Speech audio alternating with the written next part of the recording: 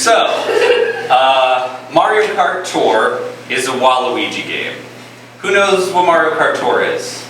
Who has been playing it every day since it came out several months ago? Just me. Cool. That's what I assumed. That makes it a lot easier because no one can contradict me. So, Waluigi. What do we know about Waluigi? So hot. It's a whack. Yeah. He's a whack version of Luigi. Okay. And what were you? I was gonna say he says wah. He said, "Wah!" Right? That is really all there is to know about Waluigi, right? Except that this talk will give you an in-depth knowledge of what Waluigi is and why Waluigi is, right? Because the real question is not who is Waluigi, but why is Waluigi? So the typical answer to why is Waluigi is tennis, right? Maybe some of you don't know this, but actually Waluigi's debut game, which will be turning 20 years old later this year, which made me feel incredibly old, because I still think of Waluigi as new, but he may in fact be older than some of the people in this room. Waluigi, they were making the first Mario Tennis game for N64 and Game Boy Color, I think, yeah. And they had doubles, and who's going to be Wario's double partner? Right? Like Mario has Luigi, Peach, they brought back Daisy, who didn't really exist as an entity before that, aside from one Game Boy game. They brought Birdo back for Yoshi, right? So, but who goes with Wario? So that's like the so they invented Waluigi to give Wario a tennis partner. Except that's like not true, because here are some other people who are partnered. Bowser and Shy Guy? Toad and Donkey Kong? It's not like you needed like these magical pairs. No, the true reason why Waluigi exists is because he must exist. So, who is Mario? Mario is Popeye, right? So when Shigeru Miyamoto was creating Donkey Kong, he wanted to create a Popeye game. He wanted to have, so Popeye, sailor man, eats spinach, and it's always about him fighting Bluto, this big, guy who always steals olive oil. And so if you turn Popeye into Mario, Bluto into Donkey Kong, and olive oil into Pauline, that's where Donkey Kong came from, is they couldn't get the rights to Popeye, so they made Popeye but not Popeye, which is where Jumpman, the character in Donkey Kong that later becomes Mario, is. Also, let's just take a moment to appreciate that like Jumpman has blue hair, right? Like maybe it's an aesthetic thing, but yeah, that's just like, that's who Jumpman is. Anyway, then they make the game Mario Bros, which was an arcade game in which Mario is blue? I don't know. Except he's red, but here he's blue, red, red, blue. They're totally inconsistent, is just like how all of these characters are represented. But anyway, it was Mario Bros, so you needed another Mario. So Mario, who is not Popeye, now you need a not Mario, who is Luigi, and it's just a color swap, right? To differentiate the characters on screen, Mario is red and blue, Luigi is white and green. This color scheme is now what we would think of as Fire Luigi, but this was Luigi's original color scheme, at least in game. And then we get Super Mario Bros, and they're again the exact same sprite, just with different colors, because that is like a resource smart thing, and it's not like it mattered who either of them were, they were just the character. So that's like, and then Luigi has obviously evolved a lot since then, but like it felt appropriate to not talk about Luigi because he's always overlooked, so I'm not going to say anything else about Luigi. Then Wario, my god, Wario! Alright, so Wario is actually, you might be like, oh, they flipped the M upside down, it's W. No, but in Japanese, it's a combination of the word W-A-R-U-I, Warui, which means like bad. So he's literally Bad Mario. And so he was invented for the Game Boy game Super Mario Land 2, 6 golden coins. And he like takes Mario's castle away. And then he's just like an exaggerated version of Mario. Like literally exaggerated. How many sprites is that? I don't even know.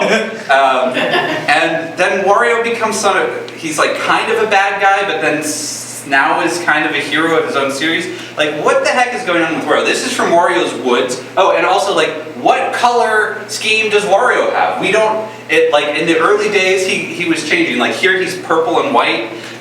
Here he's white and black.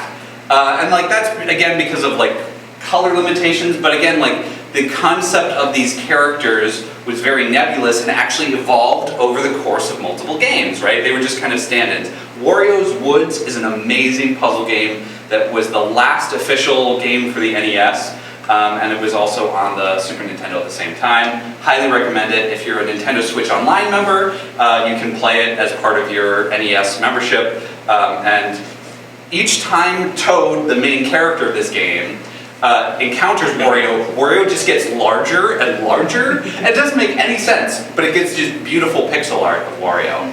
Anyway, so Wario is, right, like, everything about Mario but turned, like, dark, right? Like, Mario collects coins. Wario fucking loves treasure, right? He is just, like, avarice. But, like, Mario's already, like, pretty money hungry. So, it's not, you know, everything about Wario that's bad is already embodied in Mario in some form. That's just more Wario. And now, like, Wario has had so many games. He was used really like as an experimental place for games that were too weird for Mario. Like if you look at Mario Odyssey, it's really just the plot of Wario Land 2 and 3, where Wario takes on the abilities of enemies that he interacts with to overcome platforming challenges. Like that was a radical idea back in the 90s, and so they tried it out with Wario on the Game Boy, and now it's like, you know, Mario's Odyssey, you know, on Switch. So, and then he had the whole WarioWare series, and now he's just like able to finally be like the messy bottom biker that he was always meant to be. You know, he's broken free after a long time. Anyway, so you get this kind of, this graph, right? Like, Mario has a Luigi, right? They are the Mario Bros, they are a pair, and Luigi is, you know, he's just like not Mario in like the weakest kind of way, right? It's just kind of like the palette swap, and then just like everything about Luigi is defined by his non-Mario-ness, right? He's not heroic, right? He's the scared one. And Wario is, you know, the inversion of Mario. So they're both not Mario, but in different directions that just like, it just calls out for this space right here. So, like, we've never had a game that is about Waluigi. Because we don't need a game about Waluigi, because everything about Waluigi is self-evident, right? When Waluigi first existed, he was perfect, right? He was Waluigi, he was purple and black. There's never been a Waluigi that's off color, because all the work of defining Waluigi had been done by these three other characters. Right? That's just like, Waluigi was the inevitable and unnecessary conclusion of Mario, right? Like, if Mario, and then Luigi, and if Mario, then Wario, then, like, there has to be a Waluigi. It's just, there's no other possible solution. That's basically, so that concept of the inevitable and yet totally unnecessary and, like, empty conclusion, that process is a Waluigi-ness. Right? A Waluigification, right? That you take Mario, you turn it into not Mario, and then Mario into not Mario, and then you have a not Mario, which therefore is again Mario, right? Some of the most defining characteristics of Waluigi are just the things we know about Mario, right? He is just another dude in overalls with a mustache and a hat.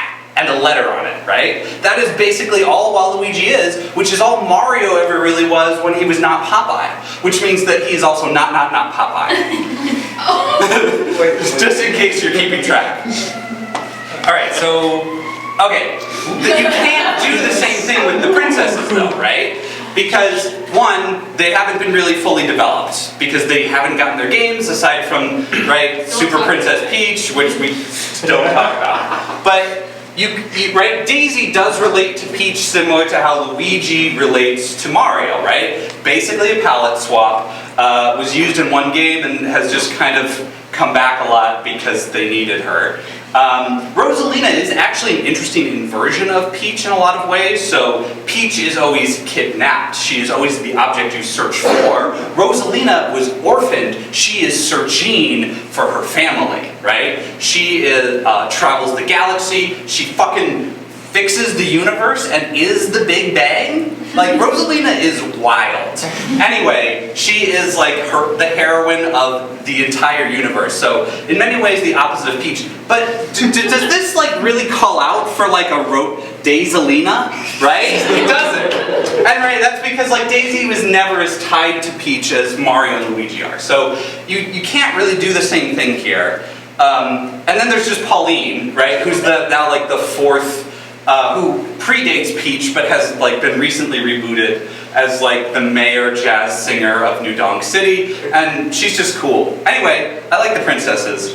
What you could do though, right? So Peachette was recently introduced. So Peachette is when Toadette takes the royal crown power up and then turns into Peachette, who is not Peach. Right? It is important to notice that there are clear distinctions between Peach and Peachette. Noticeably, pigtails and winking, right? And then, something about the dress, right? And so we can see, right? Okay, Toadette, Peachette, right? And so people said like, oh, what if Bowser touched it? Then he'd become Bowsette. No, that is not the correct name for this character who does exist, right? I'm not denying the existence of Bowsette. I'm just saying it to be like Bowseach or Peacher, right? Because it's a combination of this character's name plus Peach. So it should be Bowser plus Peach. Toadette is out of that equation. So Bowsette definitely exists, but this is also like a Baby Yoda problem, right? The official name of that character is the child, but it's just Baby Yoda, right? No, we don't. So yes, Bowsette is a fine name, but I still take umbrage at it. However, that's not the interesting thing to do in this scenario. This is also just a huge tangent, by the way, but I'm really passionate about it, if you can tell. This means that Peach is Toad. Because Peachette, Toadette. So that means when you add the crown, you just take that part of your name and, right, you just add Peach. So Peach, Toad, Toadette, Peachette. So Peach is not a person, Peach is a position, right? The position of power within the Mushroom Kingdom. And a toad assumed power by assuming the femininity, because toads are a gender, that's canonical. So Peach is just a toad who is ascended. And it also explains a lot about Toadette's characterization, who is shown as overly bossy and always trying to like control people, because this toad, who has become Toadette, understands that femininity is the source of power in the Mushroom Kingdom. Anyway, Peach is Toad. Can you explain that a little more, like the name? Yeah, so basically there's a power-up in New Super Mario Bros. Wii U Deluxe, which is a Switch game. There's no Wii in it. It's New Super Mario Bros. U Deluxe. Yes. So the port of the Wii U title to Switch, where if Toadette and only Toadette touches the royal crown, she transforms into Peachette. So the Toad part of Toadette's name becomes Peach. So Toadette to Peachette, which means Toad to Peach, right? It is the exact same. Peach is a toad, but with a power-up. Just like you might create Fire Mario with Mario and a Fire Flower or Fire Luigi, Peach is just a power-up form of Toad. So is Peach the first transgender game character? No, Birdo. Birdo is. Birdo. Yeah, we'll get to Birdo later. Anyway, this is about Waluigi, right? That's what we're talking about. So, again, the process of approaching the inevitable and yet totally unnecessary conclusion of any, endpoint and logical extrapolations of that endpoint is how we get Mario Kart Tour, which is a mobile version of Mario Kart. Mario Kart is a franchise that's been around since the Super Nintendo days. It's super popular. It is like the most successful IP that Nintendo had. Pokemon is weird because it's not technically only Nintendo, but like Mario Kart titles outsell every other type of title on any given platform. So Mario Kart whatever is the best title on Switch. It was on Wii U, probably on Wii. It sells really well. So Mario Kart Tour is the mobile version that launched X months ago. I first played it when it was in open beta on Android last August, I want to say. So it is a gambling game. That's all that it is.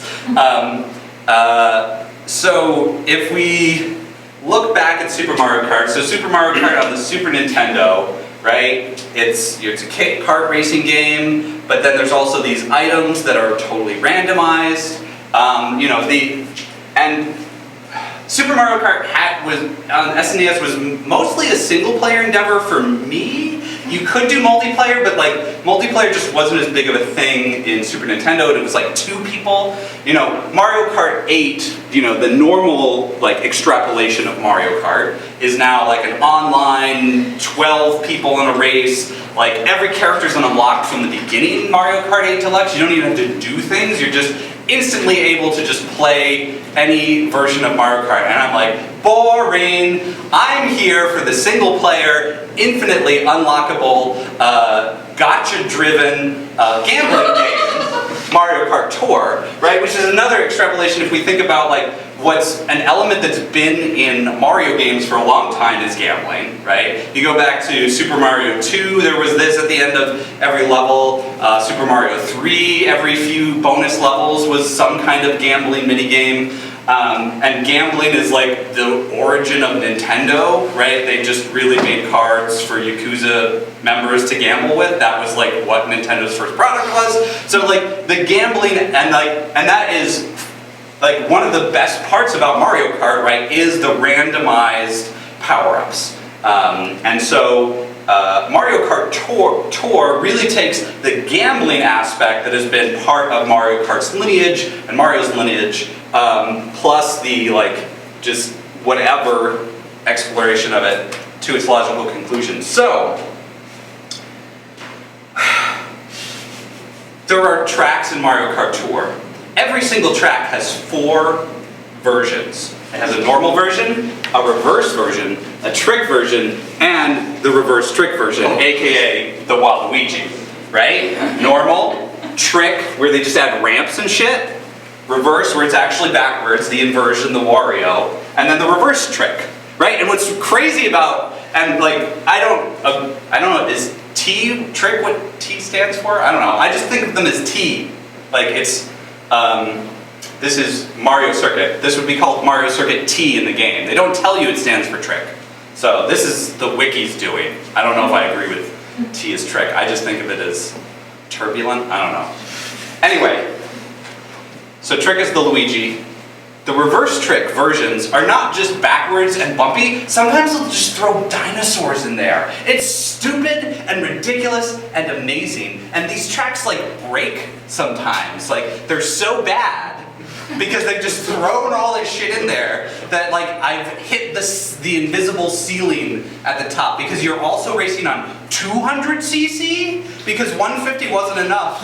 They have 200, which I don't have a picture. It literally calls itself Too Fast. And it's true. Like these levels are not made for you to go that fast. Like the jumps are timed really for up to 150cc and no more. But they kept going. They went to 200cc. So playing an RT version of 200cc is basically unplayable, because it's just like they did not quality control for it. I mean, it's just a Waluigi experience. I don't know how else to say it. So item boxes, right? You hit one of these in a Mario Kart game and you get a random thing.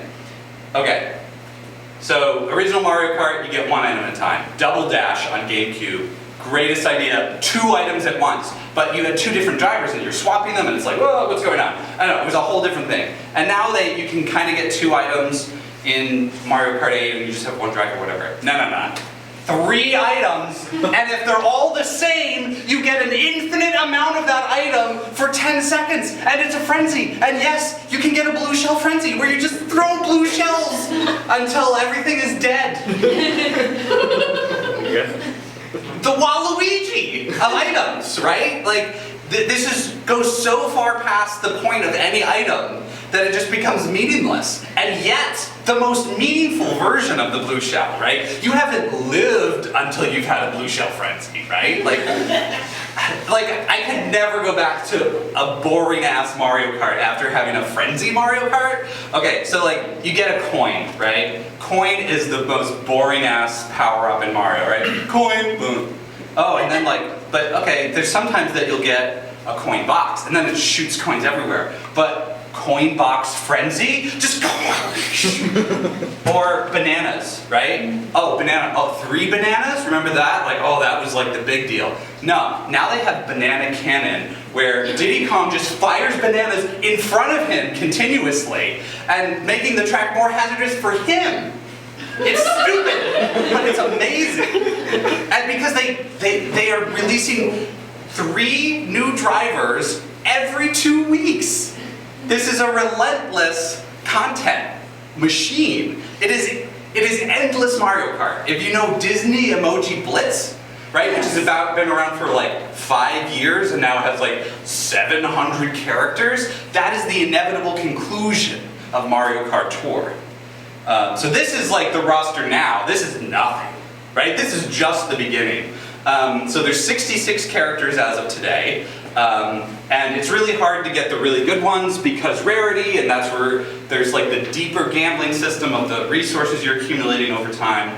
But right, like this constant need for like more on the roster, right? That was the reason Waluigi existed as well, right? So we now have things like, oh, you have Penguin Luigi, right? Of course, right? You need a Penguin Luigi, right? You need 3 new characters every week, so any kind of palette swap, which Rosalina, who is just like, I had to get, right? Like, that is just like, tells you so much about Rosalina you didn't even know you needed to know, and in such a succinct way. Like, Cupid Baby Peach, of course, right? Like, it's clear that had to happen. Given the setup that's been created, right? Shy Guy is a pastry chef, right? You can see it. Like Reindeer Yoshi, I don't feel as much. This is definitely more than like scraping it, but Blue Birdo. So Birdo, the first trans character, though Nintendo's been terrible about ever acknowledging it, now exists in 2 canonical colors. Pink and light blue. I'm just like, okay, you're just saying trans rights without saying trans rights. Cool. And then let's talk about Waluigi. So Waluigi is not even the star of this game because how could he be, right? Waluigi's entire existence is predicated on just like the most shallow, most obvious, least interesting possible answer to a question, and yet also the answer that tells you the most about the original question, right? So he's a bus driver in London. That's a version of Waluigi that exists in this game. Because he could fit into anything and it wouldn't matter, but could he? I don't know. I don't really know what I'm saying in this sentence. There's also the level Waluigi Pinball, which gains an extra level of meaning because he has his own slot machine in the game in Waluigi Pinball, and there's also just these 2-dimensional, grimacing cutouts of Waluigi that you keep seeing from different angles, and yet you don't learn any new information. All you learn is Waluigi. So yeah, that's my talk. Questions? Monica? Is Waluigi evil? So he is, right? Is Wario evil?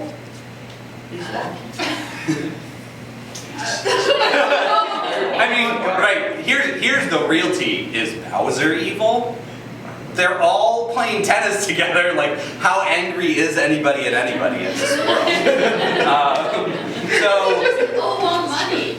Yeah, so Waluigi is not interested in money, right? He is, right, even though he is, right, Wario's partner in a lot of ways, they've not been confirmed to be blood related, even though they should be and it's not clear, Waluigi doesn't show up in Wario games. Waluigi only shows up in Mario games because, again, Waluigi is a Mario character, not a Wario character. Waluigi is, again, not Mario, so therefore the most Mario. So he is not evil, just he is jealous of Waluigi, and so, or of Luigi. So Luigi's or defining characteristic is cowardice, right? If Mario is heroism, Luigi is cowardice. If Wario is, I think, jealousy and avarice, Waluigi is self-pity and self-loathing, right? Waluigi, like, hates himself and, like, turns all of that self-hatred into, like, this engine of fire that he uses to get really good at tennis. So that and like this is consistent in how people read Waluigi. I highly recommend Critical Perspectives on Waluigi. It's a great short collection of essays about Waluigi. It's like literally one page. Brian David Gilbert recently did an essay on Waluigi and what would a Waluigi gain. He comes to the conclusion that Waluigi is actually just like the repressed part of Luigi.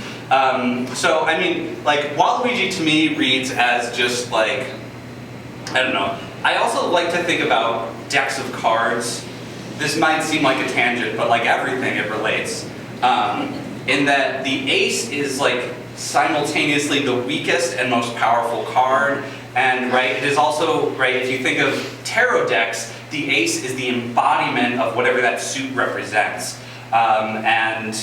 Ace, for me, also being related in queers to like the lack of, right, asexual, agender, you know, Waluigi is the ace, right, the simultaneously most meaningful and least meaningful, and embodying some core aspect of a thing while also being the total negation of that thing.